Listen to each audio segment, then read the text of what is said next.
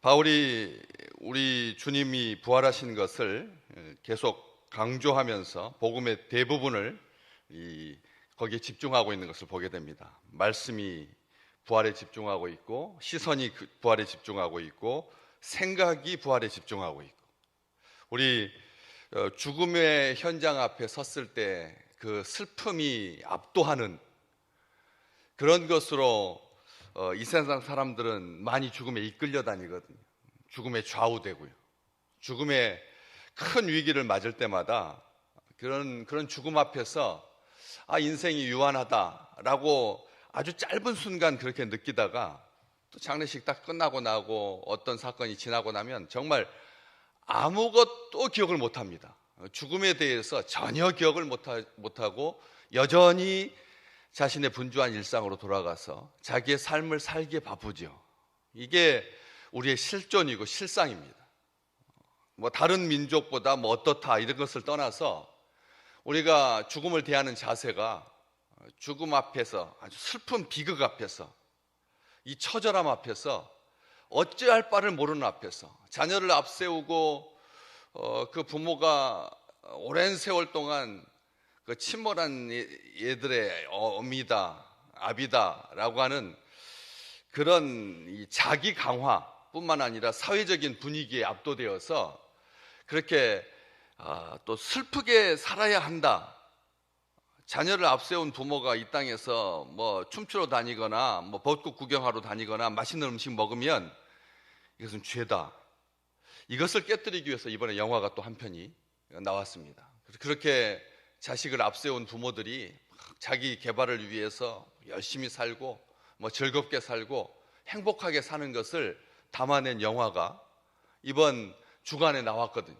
우리는 다시 그런 것을 보면서 죽음에 대한, 어떻게 보면 너무 눌리는 것도 문제지만 또 너무 죽음에 대해서 또 가볍게 생각하는 것도 문제지만 우리 주님과 결부시켜서 영혼과 관련하여서 믿음의 백성들의 이 전도와 관련해서, 이 전도라고 하는 말이 앞으로 행할 그 길과 관련하여서, 앞에 놓여 있는 그 길과 관련하여서, 후도가 아니라 앞쪽 길과 관련하여서 서광처럼 비치고 있는 이 주님의 그 부활에 대해서 바울은 일으킨다라고 하는 표현을 쭉 쓰시고요. 33절 말씀에 곧 하나님이 예수를 일으키다라고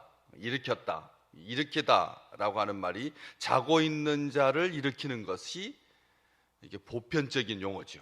일으킨다라고 하는 말이 자고 있는, 시체를 일으킨다라고 하는 말은 이 지상에서 꿈도 꾸지 못하는 단어입니다. 일으키다라고 하는 말은 자니까 일으키는 겁니다.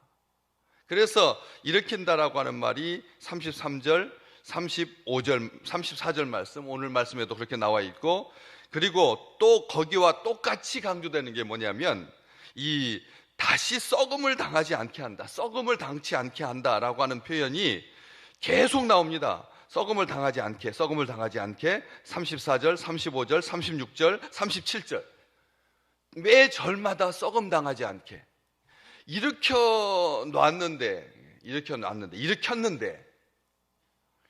그런데 불구하고 그 이전보다 못하다거나, 일으켰는데도 불구하고 겨우 그 이전에 70%, 80% 선밖에 유지하지 못한다면 그것은 차라리 그러면 안 일으키는 게 나은 것보다는 낫겠지만, 일으키지 못하는 것보다는 낫겠지만, 일으켜 놓고도 다시 썩는다거나, 다시 우리가 나사로의 부활을 이렇게 생각하시면서 그렇게 젊은 날 다시 살아났다가 60대, 70대 그냥 이스라엘 백성들이 가는 그 길에서, 여정에서 한번 죽음을 체험하고 난 사람이 장수해가지고 한 120살까지 살면서 자기의 그 죽었던 경험, 천국에 다녀온 경험을 계속 증거하면서 사는 사람이 그렇게 많지 않거든요. 우리가 그렇지 않아요. 그게 바로 인간의 한계인 거죠. 한 70%에서 80% 정도로 겨우 추스리면서 이렇게 가는 거, 요 정도가 아마 이 세상에서 그게 진짜로 죽었는지도 우리는 모를 뿐만 아니라 평상시에 그 천국에 대해서 많이 꿈꿔왔던 사람이 그런 충격적인 상황 속에서 냉동된 상태에서 그냥 아주 차가운 상태에서 각성되어 가지고 다시 살아난 것처럼 느껴지고, 우리 그런 경우가 우리도 평생 살면서 많이 느끼거든요. 마치 정말 손에 잡힐 듯이 총천연 칼라로 이 꿈을 꾸잖아요. 근데 꿈은 칼라가 없다고 하는데 우리는 딱 칼라로 꿈을 꾸거든요. 그렇기 때문에 그들의 다시 살아났다라고 하는 것, 믿을 수도 없을 뿐만 아니라 지속적이지도 못한 것, 이게 한계거든요. 오래 살지 못하. 그런데 우리 주님과 관련하여서 바울이 강조하고 힘주어서 계속 말하는 겁니다. 하나님이 예수를 일으키셨다. 우리 자녀들에게 이 약속을 이루게 하셨다. 시편 2째 편에 기록되어 있다. 너는 내 아들이다. 이 말은 무슨 뜻입니까? 다시 살아나게 하셨다. 다시 썩지 않게. 오늘 내가 널 낳았다라고 하는 말은 다시 나게 하셨다는 겁니다. 새롭게 창조하셨다는 말입니다. 우리 주님의 이 부활의 사건은 그냥 우리가 생각하는 것처럼 가사 상태에 있다가 그게 2000년 동안 지금도 여전히 아주 머리 좋은 사람들이, IQ 좋은 사람들이, 과학에 대해서 잘 안다는 사람들이, 죽음에 대해서 전문가라고 하는 사람들이 아직도 예수 그리스도의 그 죽음과 부활에 대해서 아직도 말하고 있거든요. 그러니까 온 2000년 동안 교회는 그게 아니다, 그건 바보 같은 생각이다, 그렇게 했음에도 불구하고 여전히 지금도 대제사장이 돈을 많이 주어가지고 사람들한테 유통시켜서 제자들이 훔쳐간 거다. 절대 죽은 게 아니다. 죽은 것처럼 보였을 뿐이다. 이 말이 지금까지 남아있는 거예요. 입에 회자되게끔 돈의 힘이 그렇게 무서운 거죠. 그래가지고 지금까지도 유효한데, 그 효력이 지금까지도 미치고 있는데, 우리 주님께서, 하나님께서 아들을 일으키시고 다시 썩지 않게 도와주셨다. 하나님께서 약속을 이루신다는 말이죠. 하나님께서 이것은 약속하신 거예요. 그러니까 시편의 말씀을 가지고 계속해서 오늘 35절에도 또 다른 시편에 일렀으되 주의 거룩한 자로 썩음을 당하지 않게 하시리라. 시편 16편 10절 말씀, 성경 말씀에 하나님께서 거룩한 자로 썩음을 당하지 않게 하시겠다라고 하셨고, 그것이 이루어진 거다. 하나님은 약속을 지키신다. 반드시 정한 때에, 반드시 하나님의 때에 하나님께서 아들을 다시 일으키시고 썩지 않게 하심으로 말미암아 우리에게 증거를 삼아 주셨다. 약속을 이루게 하셨다. 오늘 우리 믿음의 백성들에게 고난주간 넷째 날을 맞으면서 이 한 가지만을 마음속에 십자가처럼 온전하게 새겨지는 귀한 날 되시기를 주의 이름으로 축복합니다. 우리가 만약 우리 주님께서 자기 능력으로 부활하셨다면, 한번 말을 바꿔보겠습니다. 그게 더 우리 주님한테는 큰 거잖아요. 하나님께서 일으키시는 것보다 우리 주님께서 하나님의 아들인데, 안 그렇습니까? 하나님의 아들인데, 하나님의 본체이신데, 하나님이신데 자기 스스로 딱 일어나야 그게 최고죠. 인간이 생각할 수 있는 이 부활과 관련한, 만약 이게 부활이 세상 사람들은 생각도 못하고 그냥 꿈으로만 있고, 그런데 우리 주님께서 스스로 일어났다 한다면, 다시 살아나셨다라고 한다면 여러분 어떠실 것 같아요? 주님께서 자기가 일어났다, 그렇다면 그의 죽음은 가짜입니다. 그렇죠? 죽음, 왜? 죽음이라고 하는 말 자체가 다시 못 일어나는 게 죽음이거든. 다시 살지 못하는 게 죽음이잖아요. 그런데 주님께서 자기 능력으로 다시 살아나셨다고 한번 생각해 보십시오. 그러면 우리 주님께서 그 고난의 십자가를 지고 그 채찍을 맞으면서 그 패션이라고 하는 그 영화에 보여주듯이 그 잔혹함, 이번 부활주일날 2부 때 우리 유치부 어린아이들한테 시원 찬양대에서 찬양하면서 스크린으로 잠깐 보여줘야 되는데, 거기에 아주 짧지만 우리 주님의 피 흘리심 십자가에 못 박, 이게 자꾸 이게 그 담당 교역자들은 아이들한테는 그게 좀 안 된다. 그래서 이거 좀 이게 순화 처리할 필요가 있다. 또 한쪽에서는 아니다.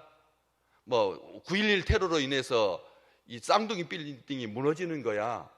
자꾸 자극적 그거 보여줘서는 안 되지만, 그 지금까지도 아주 선명하게 남아있게 되니까 이게 그 영상이 무서운 거거든요. 그렇기 때문에 이 테러에 대한 공포, 죽음의 공포를 순화시키기 위해서 그 다음부터는 말로만 하지, 그 다음에 그 정황만 보여주지. 요즘 뭐 블랙박스 차 사고 나는 거 보여주실 때 그 앞쪽까지만 딱 끊지 충돌해가지고 사람이 튕겨나가는 것은 보여줘서는 안 되거든요. 그래서 아이들에게 그렇게 순화시키려고 하는데 아니다. 복음에 대해서는 진짜 죽은 것, 진짜 죽으셨기 때문에, 피 흘리셨기 때문에 보여줘야 된다. 지금 그래서 아주 작지만 또 정작 자기 부서에서는, 어린이 부서에서는 그것을 이 네고로 형태로 해가지고 아주 끔찍한 장면들은 그냥 우리 주님께서 고난당하시고 십자가에 못 박히셨구나, 이렇게 하려고 지금 이렇게 하고 있거든요. 그런데 그 정도인데 우리 주님께서 고난당하시고 채찍질 당하시고 살점이 찢겨 나가시고 그냥 가시관을 쓰시고 호흡이 안 돼가지고 그냥 숨이 멎어가지고 그것을 다시 쉬시려고 손을 막 당기시고 그냥 옆구리를 찔리시고 피 다 쏟으시고 넘어지시고 무릎 깨지고 십자가에 육중한 그 십자가 그것을 제대로 지지 못해가지고 그냥 그 고생하시는, 다 쇼예요. 다 쇼입니다. 다 쇼인 겁니다. 그렇지 않아요? 아니, 능력으로 충만하신 분이신데, 다시 자기를 살릴 수 있는 분이신데 그런 거 못하겠어요? 보통 사람보다 더 거짓말을 할 수 있는 거죠. 보통 사람보다 더 참혹하게, 아주 그냥 완전히 만신창이가 되는 것처럼 이 세상에 있는 모든 사람들이 당하는 고난을 자기한테 다 투영해가지고 사람들로 하면 봐라, 보여주는 것밖에 안 된다. 자기 스스로 살아나셨다.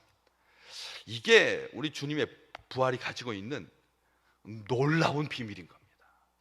우리 주님께서 진짜로 죽으셨습니다. 자기 신적인 하나님의 능력을 온전하게, 자기가 하나님이신데도 하나님께서 죽으셨다니까요. 그런데 자기 스스로 살아나지 아니하고 아버지가 일으키시는 거죠. 아버지가 일으키시는 것입니다. 우리 주님께서 스스로 나셨다면 그것은 참 죽음 아닙니다. 가증한 것입니다. 우리를 속이는 것입니다. 소망도 없습니다. 하나님의 나라도 없고요, 부질없는 것입니다. 우리가 이 세상에서 가장 불쌍한 자입니다. 그런 예수를 믿는다면, 그럼 우리의 삶은 거짓으로 점철되죠. 모든 게 다 거짓일 것입니다. 고린도전서 15장에 바울은 그렇게 말했습니다. 우리의 믿음까지도 헛것일 거라고. 자기 스스로 딱 일어나셨다면 우리의 믿음마저도 헛것일 거다. 하나님께서 죽은 자 가운데서 그를 일으키셨기 때문에 우리 주님께서 다시 사십니다. 하나님의 아들도 죽음을 이길 수 없습니다. 죽음은 죄의 결과입니다. 죄가 이렇게 무섭다는 것을, 하나님의 아들도 스스로 못 일어날 만큼 죽음이라고 하는 것이 참혹하다는 것을, 온 인류는 마땅히 죽어야 반드시 죽게 되어 있습니다. 이 지구상에 있는 모든 인간, 어쨌든 생물체는 다 죽게 되어 있습니다. 심지어 무생물도 썩게 되어 있습니다. 무생물도 썩게 된다니까, 지구의 좌전과 공전을 통해서 서서히 썩어가는 겁니다. 만 년이 걸린다고, 10만 년이 걸린다고, 100만 년이 걸린다 한들 결국은 다 썩는 거예요. 불교에서 말하는 영겁의, 억겁의 세월이 지난다고 해도 이게 사람의 그 실크 옷이 싹싹 스쳐서 그게 억겁이 지나도 결국은 썩는 거고 상하는 거고 훼손되는 거고 없어지는 겁니다. 없어지는 거. 영원한 것은 없습니다. 아멘. 영원한 것은 없습니다. 하나도 없습니다. 이게 사실입니다. 이게 팩트입니다. 그런데 우리 주님께서 그러기 때문에 우리와 같이 되신 거죠. 우리와 같이 되셨기 때문에 우리의 모든 슬픔을 아시는 겁니다. 오늘 우리 주님께서 나를 아신다, 나를 아신다라고 하는 말, 입 서비스가 아닙니다. 입 서비스가 아닙니다. 이걸 하나님이 살려주셔야 살 수 있다. 하나님만이 살게 하십니다. 우리의 고백입니다. 하나님께서 일으키셔야 살고, 그리고 로마서 8장 11절 말씀, 우리의 죽을 몸도 살리시리라. 이게 이제 믿음의 고백까지 성숙한 삶을 대하는 자세인 거죠. 우리의 죽을 몸도 우리 하나님께서 살리실 거라. 아버지께서 고린도전서 6장 14절, 하나님이 주를 살리셨고 또한 그 권능으로 우리를 다시 살리시리라. 하나님께서 아들을 살리셨고 그 권능으로 우리를 여기 바울은 설교하죠. 다시 썩음을 당하지 않게 하실 것을 가르쳐 다윗에게 말했고 이 다윗에게 거룩하고 미쁜 은사, 그게 바로 하나님의 이 소망이, 이 거룩하고 미쁜 은사. 그 밑에 저기 각주에 보면 이사야서 55장 3절에 기록되어 있는데, 이게 이사야서 55장 35절에 보면 확실한 은혜다. 이게 확실한 은혜다. 이게 영원한 은혜다. 우리가 붙잡아야 할 소망이다. 이게 하나님의 말씀이다. 하나님의 약속이다. 그것을 너희에게 주리라. 우리에게 주리라. 너희에게 주리라. 우리에게 주리라. 다윗의 성실함과 다윗의 열심과 다윗의 의지와 다윗의 충성과 다윗의 복종과 다윗의 순종, 마음에 합한 자, 이것 때문에 하나님께서 주신 것이 아닙니다. 아셔야 합니다. 하나님이 다윗을 마음에 들어 하신 것은 하나님이 마음에 들어 하셨기 때문에 그래요. 다윗이 뭐 우리 천사 같아서? 아닙니다. 절대 그렇지 않습니다. 다윗은 부족한 인간입니다. 우리하고 똑같은 사람입니다. 아주 나쁜 사람입니다. 그런데도 불구하고 하나님께서 다윗을 내 마음에 맞는다, 내 마음에 합하다, 내 마음에 맞는다, 내 마음을 따르는 자다. 그래서 자신을 거룩하고 미쁘신, 여기 거룩하고 미쁜 은사를 너희에게 주시다. 거룩하고 미쁘신 분은 하나님인 거거든요. 우리에게 확실한 은혜를 주시고 확실한 선물을 주시고 최고의 복을 주셨는데, 그 중에서 최고가 뭐냐? 당신을 우리에게 주신 거라. 자기 몸을, 자기 하나밖에 없는 생명을, 육신을 입고 왔을 때 그의 생명은 9개가 아닙니다. 10개가 돼서 우리에게 9개 주고 하나 있어도 되는 그런 게 아니다. 딱 하나밖에 없는 목숨을, 성경 말합니다. 그 목숨은 하나밖에 없습니다. 유일한 목숨이었습니다. 우리 주님 육신을 입었기 때문에 목숨에 대한 애착이 살고 싶었어. 그래서 주님, 아버지, 내가 이 잔을 안 마셨으면 좋겠습니다. 그렇지 않았어요? 끝까지 그렇지 않았습니까? 마지막 순간까지도 다 아시면서도, 아버지의 뜻을 아시면서도 마지막 순간까지 좀 지나갔으면 좋겠습니다. 근데 아버지의 뜻이라면 내가 이 길을 가겠습니다. 내가 감으로 나를 믿는 모든 사람들에게 영생을 줄 것을 내가 믿기에 내가 아버지의 길을 가나이다 하셨다는 것처럼, 오늘 우리에게 자신을 선물로 주신 하나님, 베드로전서 1장 21절, 믿음과 소망이 하나님께 있다라고 하는 것을 알게 하시려고, 믿음과 소망이 하나님께 있다라고 하는 것을 알게 하시려고 주신 이 놀라운 축복이 오늘 정말 풍성하시기를, 어저께가 식목일, 비가 그렇게 잔뜩 내리고 온 산천초목이 소생하는 것처럼 우리 믿음의 백성들에게 이 소망으로 가득한 귀한 날 되시기를 주의 이름으로 축복합니다.